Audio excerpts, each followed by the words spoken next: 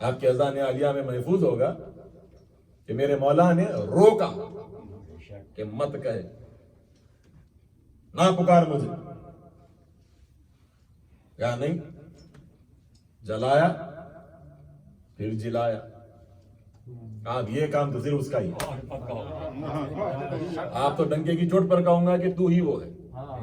کہا نہ کہے، کہا نہیں پھر کہہ رہا ہے. پہلے شک تھا، اب یقین ہو گیا. اب یقین کی منزل پر آ گئے. تو اس کے بعد معاملہ یہ ہوا کہ خدا کو اٹھنا پڑا. اور فرمائیے، خدا کو اٹھنا پڑا. کہا اے علی میرے حال پر چھوڑ، میں جانوں یہ جانے. یعنی اطاعت علی کو توڑا نا، اور مطلقاً اسے وہ کہہ دیا. کہ معرفت کا جنبہ ایسا ہے کہ جو علی جہاں روک دیں وہاں رک جانے کا نام توحید. آگے بڑھ جائے اس منزل سے تو پھر ایسی منزل میں مبتلا ہو جاتے ہیں کہ جہاں پر پھر علی کی مار پڑ جائے تو پھر اب کون بچائے. ایک صلوات تو پڑھ دیجئے مل کر بارگاہ علی محمد.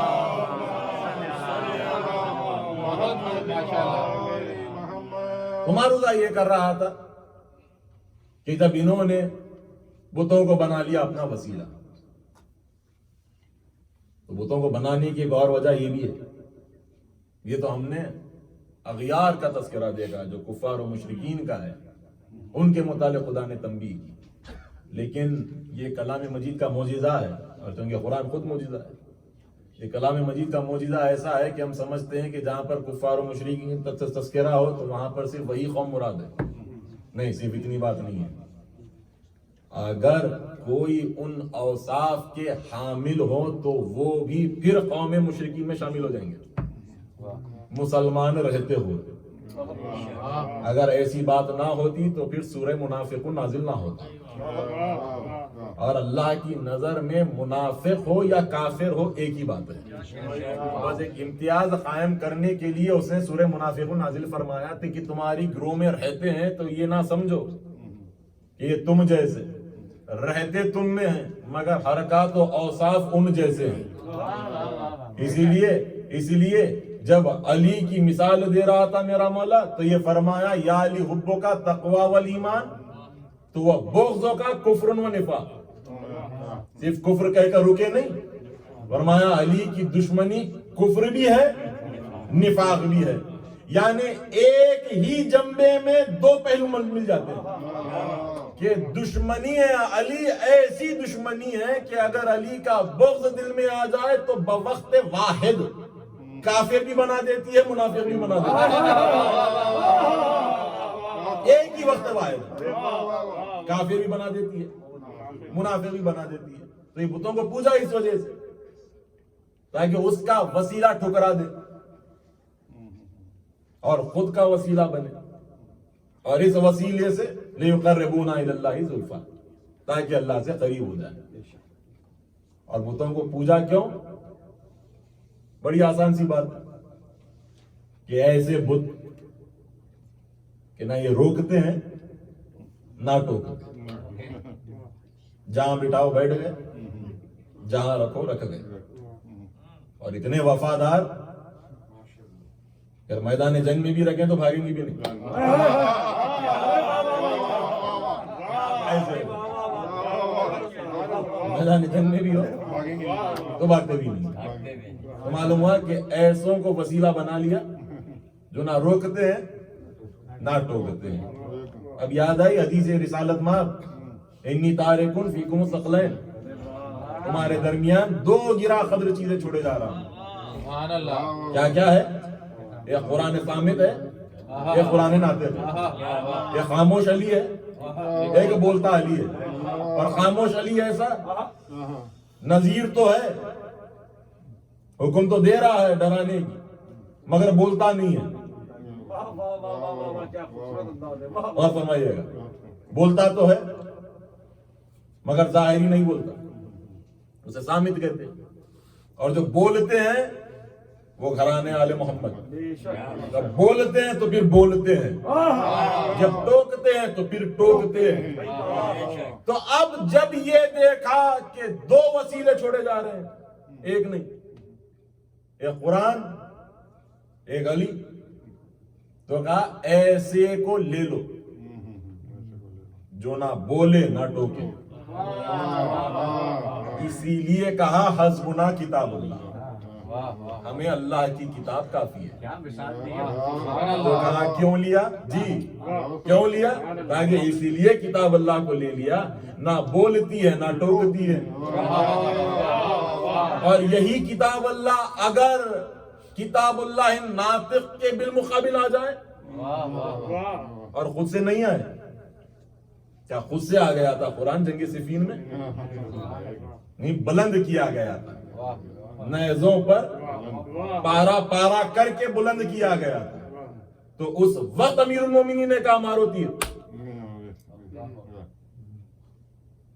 اب لشکر علی میں تفرقہ مچ گیا، کہا اللہ کا کلام ہے یا امیر المومنین؟ کہا ہاں علی کے بالمقابل آ جائے۔ اب علی نے فیصلہ صادر فرما دیا کہ مارو تیر۔ یہ وہ مقام ہے جہاں مالک اشتر نے آگے بڑھ کر کہا یا علی تیری ولایت کی گواہی میں دیتا ہوں، آج میری گواہی تو دینا کہ سب سے پہلے میں تیر مار رہا ہوں۔ تو مطلب کیا ہو گیا؟ اگر علی کو چھوڑ دیں تو قرآن کا کوئی حرف کام آئے گا ہے ہی نہیں۔ کتنے بڑے دعوے کر لیا مسلمانوں نے، مگر دامن علی سے دوری اختیار ہو جائے تو پھر کوئی فائدہ بخش دیتا ہی نہیں۔ کیوں؟ کیونکہ قرآن کا کام ہی ہے کہ دعوے کرے، دلیل نہیں دیتا۔ قرآن دعوے کرتا ہے، دلیل نہیں دیتا۔ دلیل جو دیتا ہے اسے علی کہتے ہیں۔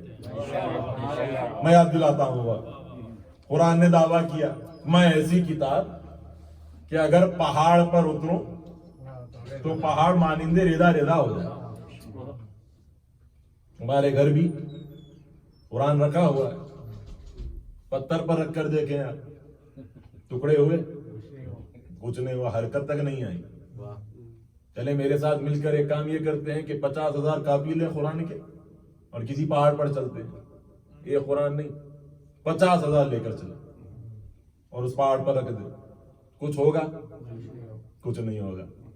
بڑے یقین کے ساتھ آپ کہہ رہے ہیں کچھ نہیں ہوگا، اس لیے کہ آپ کو پتا ہے کچھ نہیں ہوگا، مگر قرآن تو کہہ رہا ہے اتنا وزنی ہوں میں، کیونکہ رسول نے فرما دیا تھا انی تارک فیکم ثقلین، بڑے وزنی ہیں یہ دونوں، اور قرآن نے اپنا وزن بتایا اتنا وزنی ہوں کہ اگر پہاڑ پر اتروں تو پہاڑ مانندے ریزہ ریزہ ہو جائے۔ دعویٰ تو قرآن نے کر دیا نا، میں پتھر پر آ جاؤں تو پتھر ٹکڑے ٹکڑے ہو جائے، دعویٰ تو سامت نے کر دیا۔ عالم اسلام سے پوچھے تو صحیح اب دلیل دیتا کون ہے؟ یا اس آیہ مجیدہ کو قرآن سے نکالے، قرآن سے نکالے کہ قرآن نے دعویٰ کر دیا اتنا وزنی ہوں میں کہ اگر پتھر پر آ جاؤں تو پتھر مانندے ریزہ ریزہ ہو جائے۔ سامت نے دعویٰ کیا، ناطق نے دلیل دے دی۔ وہ کیسے؟ جب فاطمہ بنت اسد آئی کعبے کی دیوار کے پاس، اب جیسے ہی بطن کو مس کیا دیوار سے تو ٹکڑے ٹکڑے ہو گئے۔ یعنی دعویٰ کیا تھا سامت نے کہ پہاڑ پر آ جاؤں مانندے ریزہ ریزہ ہو جاؤں، ابھی آیا بھی نہیں ناطق دنیا میں، مدد میں ہے نا، ابھی آیا بھی نہیں دنیا میں، آتے ہی پہلی دلیل دے دی قرآن کے حق ہونے کی کہ قرآن نے جو دعویٰ کیا حق کیا۔ تو ایسا وزنی ہے قرآن، ایسا وزنی ہے، اور ایسا قرآن ہے۔ پھر اور ایک دعویٰ کیا، یہ قرآن وہ ہے کہ جو فاصلے طے کرتا ہے۔ ابھی آپ نے دیکھا آپ کے گھر کا قرآن اڑ کر کہیں چلا گیا، آپ پاکستان ہندوستان بعد میں گئے، پہلے یہ پہنچ گیا، کبھی ایسا ہوا ہے؟ نہیں، مگر قرآن نے تو دعویٰ کیا۔ یہ دعویٰ تو ہوا کہ قرآن فاصلے طے کرتا ہے۔ اب اس کے فاصلے طے کرنے کے لیے دلیل جب ناطق نے دی تو ایسے دی کہ قرآن کے دعوے کو بھی مکمل کیا، اللہ کی نصرت کا وعدہ بھی پورا کر دیا۔ کہا کیسے؟ کہا جب رسول کی سواری بت کی اور جیسے بدھ کی زبان رسالت میں آپ سے نکلا ناد علی، تو جو مدینے میں علی ہے، اور ابھی کچھ لمحے نہ گزرے تھے کہ پلک نے جھپکی نہ لی تھی کہ علی کو پا لیا. یعنی یہ علی نے نصرت الہی کو بھی ثابت کیا، دعوے قرآن کو بھی ثابت کر دیا. دعوے یہ کرتا ہے، دلیل میں دیتا ہوں، اور ایسا وزنی ہے پہاڑ پر آ جائے، پہاڑ مانندے ریزہ ریزہ ہو جائے، مگر نازل ہوا کا کسی پہاڑ پر نہیں، قلب محمد پر، قلب محمد پر نازل ہوا. اور کیونکہ آج جس ذات مقدسہ سے یہ مجلس منسوب ہے، میں نے موضوع اس واسطے اختیار ایسے کیا تاکہ مجھے ایک فضیلت کا گوشہ میں سنا سکوں. کوشش کر رہا ہوں. تو کتنا وزنی ہے قرآن؟ پہاڑ پر آ جائے، مانندے ریزہ ریزہ ہو جائے. اور نازل کہاں ہوا؟ قلب مصطفیٰ پر. تو لرزہ بھی نہیں آیا، ایک جنبش بھی نہیں آئی، کیونکہ یہ قرآن نقل ہے اصل کی. وہاں اصل اترا، اصل کی نقل ہے. یہ پرنٹنگ پریس ہماری، دوات ہماری، مگر یہ کہ اس کے باوجود حکم یہ ہے کہ اس قدر قابل احترام ہے کہ بغیر وضو کے چھونا نہیں، گناہ میں شمار ہوگا. بغیر وضو کے ہاتھ نہ لگانا. اور نقل ہی صحیح، مگر اس قدر قابل احترام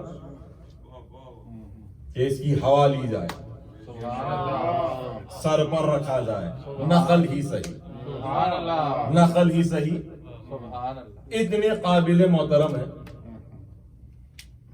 کہ اس کا احترام اس قدر واجب ہے کہ لفظوں کو بغیر وضو کے ہاتھ نہ لگایا جائے.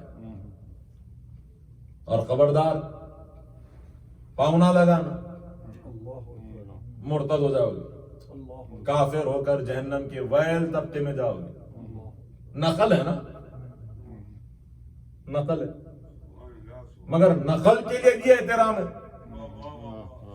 یہ خبردار، کلمہ توحید کلمہ رسالت پڑھنے کے باوجود بھی اگر نقل پر قدم رکھ دو گے کافر و مشرک ہو جاؤ گے، شفاعت رسول سے محروم ہو جاؤ گے. نقل ہی صحیح، نقل ہی صحیح. غور فرمائیے گا جملے پر، نقل ہی صحیح. اور یہ قرآن اترا کہاں؟ قلب حبیب پر. اور قلب حبیب معلوم ہوا ظرف قرآن ہے، اور جسم رسول خود مجسم قرآن ہے. اور فرمائیے گا رسالت ماپ کا جسم ہی قرآنی قرآن، سارا جسم قرآن ہے. آیات کا مجموعہ ہے جسم رسول. اور ان آیتوں میں یہ بھی آیت ہے، لا الہ الا اللہ بھی آیت تسلیم کی گئی، محمد رسول اللہ بھی آیت تسلیم کی گئی. قرآن ہے. کاتب کون؟ اللہ سبحانہ و تعالی. قلم کیا؟ قلم نور. اوراق کیا بنے؟ جسم رسول. اب اس ذات مبارک نے جو خود قرآن ہے، علی کو دیکھ کر کہہ رہے ہیں قدم رکھ کر سوار ہو جاؤ. اور فرمائیے گا قدم رکھ کر سوار ہو جاؤ. تو اب علی نے نقل پر قدم نہیں رکھا، اصل پر قدم رکھا. اور جب اصل پر قدم رکھا تو یہ نہ سمجھنا یہ قدم ہمارے قدم جیسے. امام فرماتے ہیں ہم کو خود پر قیاس نہ کرو. ہم نے یہ نظریے سے دیکھ لیا کہ قرآن پر قدم علی نہیں. عارف نے جب دیکھا تو یہ دیکھا قرآن پر قرآن آیا ہے.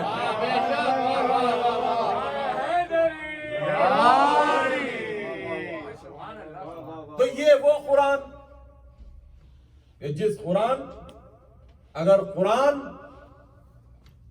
پڑھی جائے تو یہ کہا گیا کہ کلام نہ کرو. بات سمجھ میں آ رہی ہے؟ کیونکہ احترام دے گے. اگر پڑھا جائے تو دوسرے سارے کام چھوڑ دو اور سنو. اس لیے کہ اس کا سننا بھی عبادت ہے. کلام اللہ ہے. اگر اس پر کسی ذکر کو فوقیت دی جائے تو نعوذ باللہ کفر ہو جائے گا. اور فرمائیے گا. اور اگر مجھے ایمان سے یہ بتائیں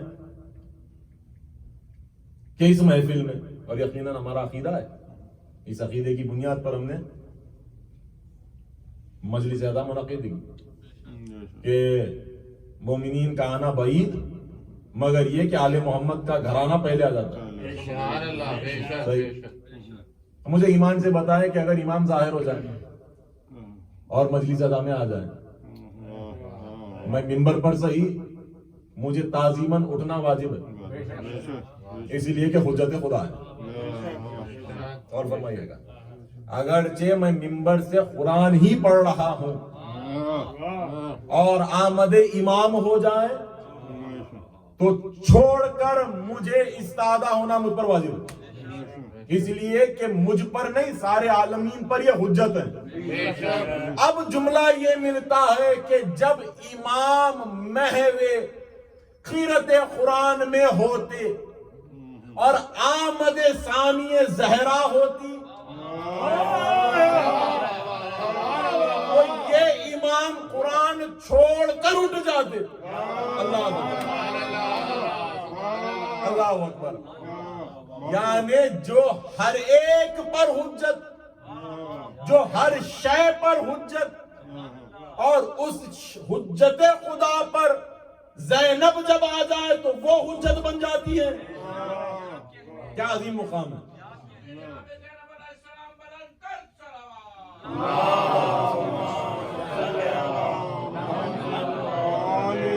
ایسے ہی شریکت الحسین نہیں کہا گیا، ایسے ہی شریکہ نہیں.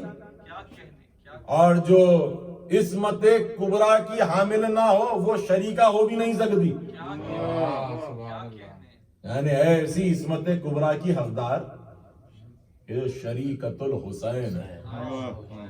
اور یہ شریکت الحسین صرف مصائب میں نہیں، تمام خصائل و کمالات حسین میں زینب شریک ہے. اور مقصد حسین کو جس نے بچایا اسے زینب کہتے ہیں. کیونکہ حسین کا مقصد کیا؟ نماز کو بچانا تھا، روزے کو بچانا تھا، حج کو بچانا تھا؟ نہیں. حسین نے گلا کٹایا، ولایت کی حفاظت کی، ولایت علی کو بچایا. اسی لیے کہ ہر مقام پر جہاں یہ پوچھا گیا کیوں دشمنی ان سے، تو انہوں نے یہ کہا کہ یہ نماز پڑھتے ہیں یا یہ روزے رکھتے ہیں کثرت سے یا حج کو پاپ یاد آ جاتے ہیں. نہیں، انہوں نے ایک ہی جملہ کہا، بغضن لے ابی، بابا کی دشمنی میں آپ کو قتل کر رہے ہیں. یعنی معلوم ہوا کہ مقصد حسین ہی یہی ہے کہ ولایت علی کا تحفظ. بے شک بے شک. نعرہ ولایت، علی ولی اللہ، نعرہ ولایت، علی ولی اللہ. درود بی بی زینب بلند تر صلوات. اور اس امر عظیم کو جو بچائے بعد حسین اسے زینب کہتے ہیں. جو ایسی بی بی کہ جس کا پردہ حجاب الہیہ کی مصداق ہے. اور یہ بہت بعید ہے یہ بات سوچنا کہ میں ایک بات کہتا ہوں، اس پر غور فرمائیے گا. بعد کربلا آل محمد کے گھرانے کے جو مصائب ہیں اور پھر ان کی جو شہادات ہیں، یقین جانے شہادت کے مصائب کم لگتے ہیں جب زندگی کے مصائب دیکھے جائیں. میں ایک جملے سے آغاز کرنا چاہوں گا.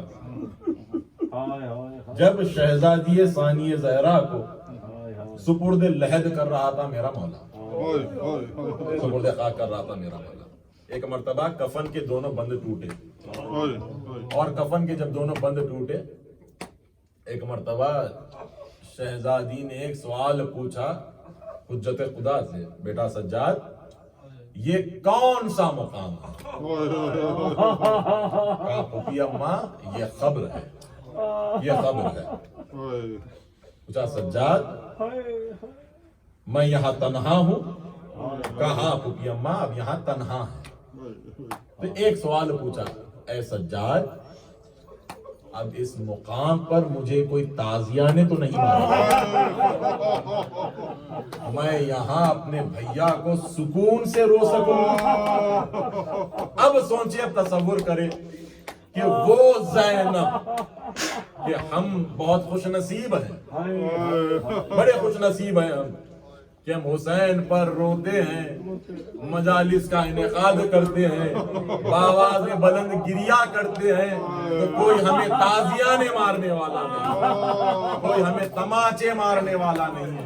جو سب سے زیادہ حقدار تھی حسین پر رونے کی, میں نے کسی مجلس میں حسین کی بیٹی کے مسائل پڑھے تھے, جو حضرات تھے وہ متوجہ ہو جائیں گے, جو نہیں تھے ان کو بھی میں شامل کروں گا اس جملے میں, کہ حسین پر ہوئے زخموں کی تعداد ہمیں مقتل میں ملتی ہے, مگر یہ کہ بعید ہے یہ بات کہ کوئی ایسا کر سکے کہ کتنے زخم. امام جعفر صادق نے کہا کہ اتنے مصائب, اتنے زخم میرے دادا کے جسم اطہر پر, کہ زخم پر زخم, زخم پر زخم ہوتا, یہاں تک کہ اتنا مل گیا نا, سرکار انیس نے یہاں تک لکھ دیا 1900 ہیں زخم تنے چاک چاک پر, زینب نکل حسین تڑپتا ہے خاک پر. یعنی اتنا مل تو گیا نا, 1900 زخم تھے.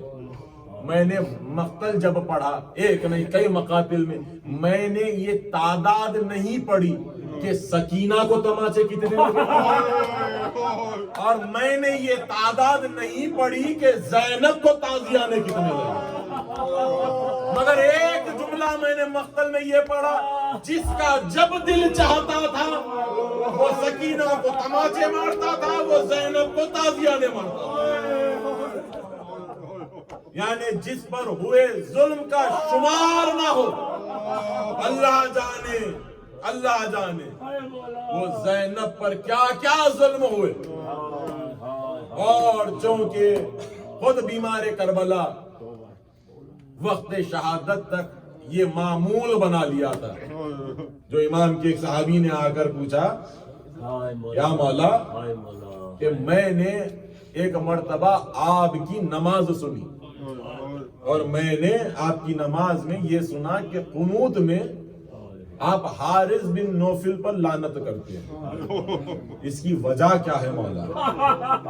میں نے آپ کو شمر پر لعنت کرتے ہوئے نہیں سنا, میں نے آپ کو ہرملا پر لعنت کرتے ہوئے نہیں سنا, میں نے بکثرت دیکھا کہ آپ اس ملعون پر لعنت کر رہے تھے. اس کی وجہ کیا ہے؟ جو ایک مرتبہ بیمار کربلا کی آنکھوں سے خون جاری ہو گیا, خون جاری ہو گیا. غور سے سنیں یہ جملہ, شہزادی کی سواری آ گئی ہے مجلس میں, شہزادی کی سواری آ گئی ہے مجلس میں. جیسے یہ پوچھا کیا وجہ اس ملعون پر لعنت پڑھنے کی, تو خون جاری ہوا آنکھوں سے. کہا اس لیے اس ملعون پر لعنت پڑھتا ہوں کیونکہ شمر نے حارث کو یہ ڈیوٹی لگائی تھی. کہا کیا؟ کہا بعد کربلا شام کے پہنچنے تک شمر نے حارث بن نوفل سے یہ کہا تھا, خیال یہ رہے کہ زینب کی آنکھ بند نہ ہو, خیال یہ رہے کہ زینب کبھی سوئے نہیں.